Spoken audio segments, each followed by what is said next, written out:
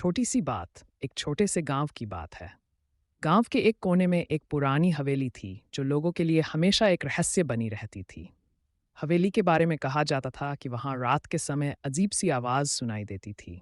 लोग कहते थे कि वहां एक आत्मा रहती है जो किसी से बात करना चाहती है। गांव के लोग हवेली के पास जाने से डरते थे, मगर समीर, जो एक नए शहर से वहां आया था, उसके अंदर बहुत जिज्ञासा थी। एक दिन उसने तय किया कि वह उस हवेली के रहस्य को समझने की कोशिश करेगा। एक रात समीर अपनी टॉर्च और कैमरे के साथ हवेली गया। हवेली पुरानी और टूटी फूटी थी, लेकिन वहाँ एक अजीब सी खुशबू थी। अंदर घुसते ही उसने देखा कि वहाँ एक लाइब्रेरी जैसी जगह थी जिसमें पुरानी किताबें रखी थीं।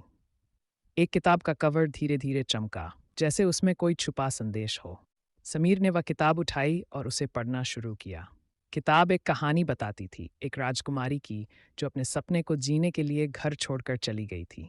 लेकिन कहानी का आखिरी पन्ना गायब था।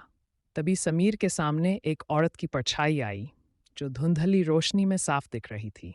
औरत ने कहा, वह आखिरी पन्ना तुम्हें मिलेगा अगर तुम मेरी कहानी का सच बताने में मेरी मदद करोगे। समीर घबराया, मगर उसकी जिज्ञासा जीत गई। औरत ने अपनी कहानी सुनाई कि वह एक समय की राजकुमारी थी जो अपनी आज़ादी के लिए लड़ रही थी, लेकिन उसे धोखा दिया गया और उसकी कहानी अधूरी रह गई। उसकी आत्मा तब से अपने सपने को पूरा करने के लिए फंसी हुई थी। समीर ने उसकी बात सुनकर उस राजकुमारी की कहानी के मिसिंग हिस्से को ढूंढने का फैसला किया। उसने लाइब्रेरी में और खोजबीन की और एक पुरानी डायरी मिली जिसमें उस राजकुमारी के सपने लिखे थे।